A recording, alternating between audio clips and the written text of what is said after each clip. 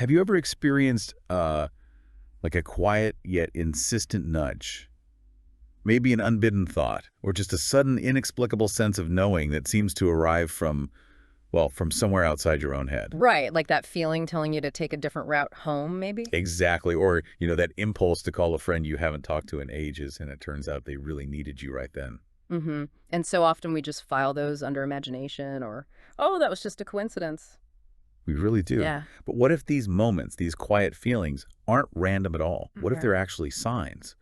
Deliberate, delicate messages from angels or guides trying to help us navigate our path. That's the core question, isn't it? It is. Okay. So today on the deep dive, we're going to look beyond the usual perceptions. We want to kind of unlock the grammar of subtle guidance and angelic presence. And explore it less as rigid religious dogma and more as a universal human experience. Precisely. Okay, let's unpack this with a fresh perspective. Well, what's genuinely fascinating and I think quite challenging for a lot of us is how much our modern world pushes us to value only what's strictly logical, tangible, provable stuff. Absolutely. Evidence-based everything. Exactly. And that bias makes it incredibly easy to just dismiss anything subtle, anything unseen. Because Yep. the guidance we're talking about here usually doesn't arrive with the booming voice or, flashing lights. Right. It's not dramatic. Not usually. It works in whispers, in gentle nudges. So if we're always waiting for the big show, we're almost guaranteed to miss these quiet but really profound ways support shows up in our lives. So the mission here is to help you, our listener, sharpen your perception a bit. Yeah, exactly. So you can recognize these nuanced signals and maybe start integrating them into your daily experience. That difference between a shout and a whisper is so key, isn't it? It means we kind of need to redefine what guidance even looks like. Definitely. It's not always getting explicit directions like a GPS telling you every single turn. No turn-by-turn navigation here. Not quite. Instead, the sources describe it more like an energetic steering, a feeling, maybe a spontaneous thought, or even a series of connected events that gently line you up toward a choice or an understanding.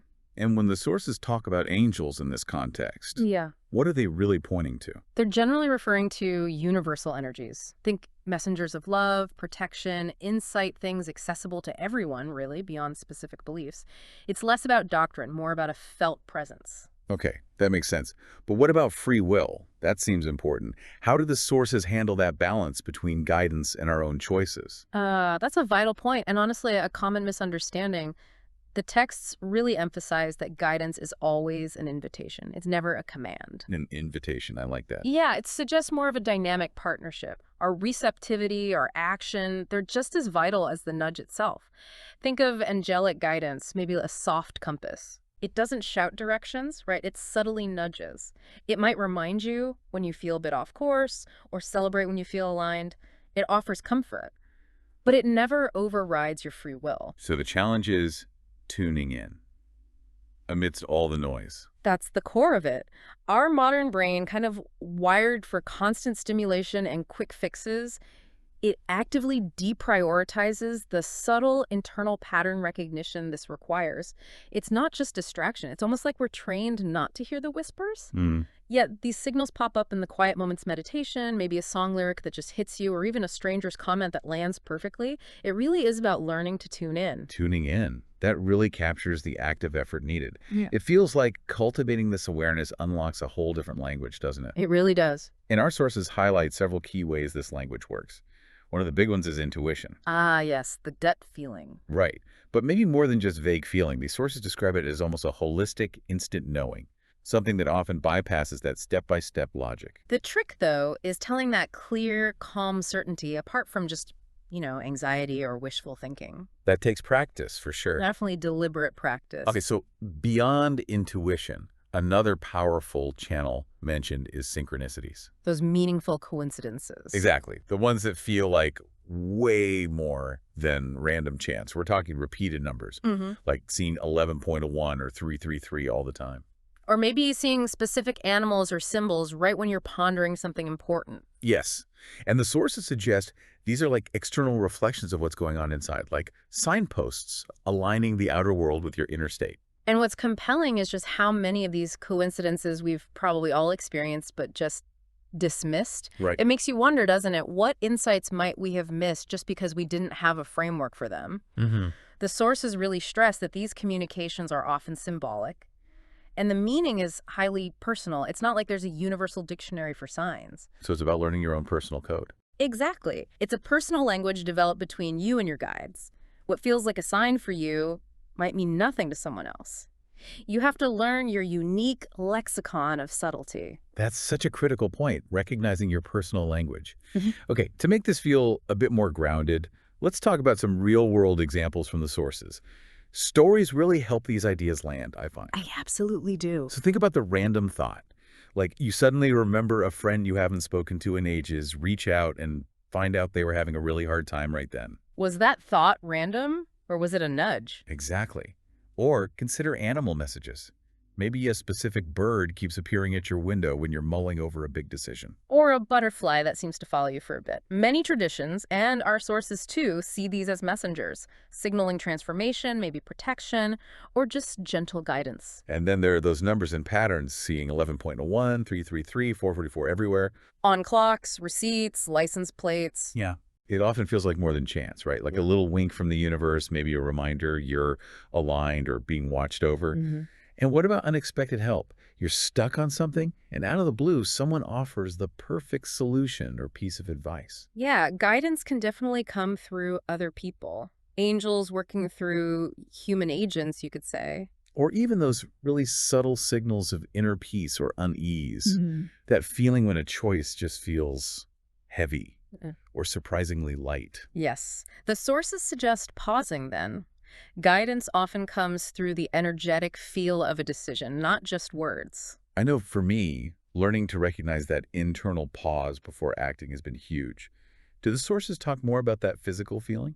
They do, actually. They describe it almost like a somatic feedback system. Yeah. A feeling of lightness or expansion or peace could be a yes, Okay. whereas a feeling of constriction, maybe heaviness or just unease might be a hang on or even a no. It's about learning to listen to your body's subtle wisdom. It's like an interpreter for these energetic nudges. An interpreter. I like that. And the sources have some really compelling stories. There's one about a woman who kept getting this nagging feeling to take a different route to work. Ignored it for weeks. Uh-oh. Yeah. Then one day she finally listened, took the other way, and later found out she'd avoided a serious accident on her usual route.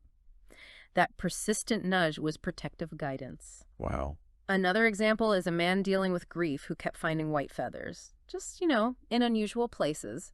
Each one seemed to arrive right when he felt lowest, lifting his spirits in these small but really meaningful ways. That's lovely. And there was a young person seeing 444 everywhere, looked it up, found it associated with protection and guidance, exactly what they felt they needed during a really uncertain time. It validates the feeling. It does. And another woman, feeling lost about a big decision, specifically asked for angelic guidance. The next day, an unexpected chat with a friend gave her the exact clarity she needed. And what about that story, Rosita in Ireland? That one really stuck with me. Oh, absolutely. That's a great one. Rosita was completely lost, driving in rural Ireland. It was dark. She was getting really panicked. I can imagine. Yeah. So in desperation, she just whispered, please send me a sign. And almost immediately, a James Blunt song comes on the radio. Starts with the lyrics, I saw an angel. Of that, I'm sure. No way. Yes. And she said this wave of calm just washed over her. The panic vanished, replaced by this gentle knowing she wasn't alone. That's incredible. And what's fascinating, like you said earlier, is how these aren't usually flashy miracles. They're often the simple, quiet moments where the invisible kind of touches the visible, woven right into everyday life. They really highlight that guidance isn't always dramatic. It's often gentle, quiet, and very personal for you. Exactly. These moments are powerful, yet, as we said, so easily overlooked. So for our listeners who are open to this, why do we miss these whispers so often, even when they seem to be all around us? What does the research say? That's a really critical question. The sources point to several key things. First, just the sheer busyness and distraction of modern life. Right, information overload. Totally. Our culture rewards doing over being, noise over silence. When your mind is constantly racing, it's not just hard to hear the whispers, it's like you're actively tuned to a different frequency. Mm-hmm.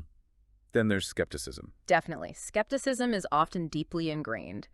We're taught, mostly, to value only what we can measure and prove. So subtle signs feel flimsy. We reflexively dismiss them as imagination or coincidence without really looking deeper. We write them off too quickly. We do, and there can also be a fear of vulnerability.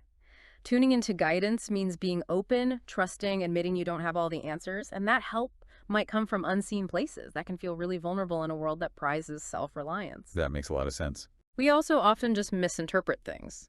We might notice a sign, but read it wrong, or dismiss a gut feeling as just anxiety, or see a meaningful coincidence as purely random. And that habit of dismissing, over time, it actually trains the mind to ignore guidance altogether. You create a blind spot. You do. And finally, timing. Guidance often arrives before we fully understand why. You might get a nudge, but you're not ready to act. And if you're impatient for immediate, obvious results, you might overlook those subtle, unfolding hints. It really feels like our societal conditioning, in many ways, works against perceiving this kind of subtle support. But, okay, for someone who's used to relying on rational thought, how do the sources suggest starting to trust these whispers, even with that skepticism? That's a great question because questioning is actually natural and it can even be helpful.